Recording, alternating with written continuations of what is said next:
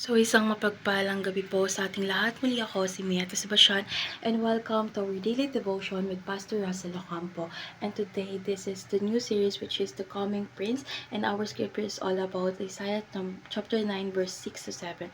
For to us as a child is born, to us a son is given, and the government will be on his shoulder, and he will be called Wonderful Counselor, Mighty God, Everlasting Father, Prince of Peace. Of the greatness of his government and peace there will be no end. He will reign on David's throne and over his kingdom, establish and upholding it with.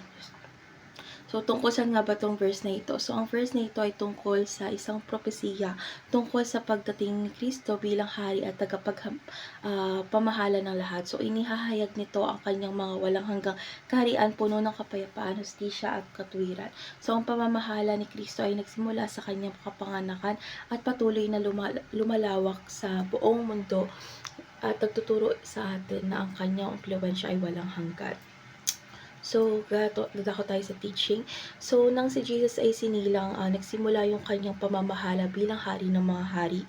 So, siya ang katuparan ng propesiya at ang kanyang presensya ay nagdadala ng pag-asa sa sangkatauhan. So, ang kaharian ni Kristo ay hindi limitado sa isang lugar o panahon. Patuloy ito lumalawak sa puso ng mga tao at sa mga bansa. So, pinapakita ang kapangyarihan ng Ebanghelyo.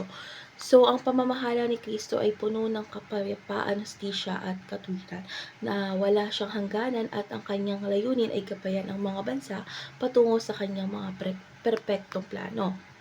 So, dadako tayo sa ating application. So, yung first ating application is dapat tayo magtiwala ka na ang impluwensya ni Kristo is patuloy na lalawak at magdadala ng pagbabago sa mundo. So, kahit may mga pagsubok ang kanyang pamamahala ang magtatagumpay. So, tumingin tayo sa hinaharap ng may pananampalataya dahil hawak ni Kristo ang lahat ng bagay at ang kanyang plano ay puno ng pag-asa at katiyakan. So, idalangin mo ang gamitin ka ng Diyos upang maging bahagi ng kanyang gawain. So, kumilos ka ng may layunin upang maipahayag ang kanyang kaharian dito.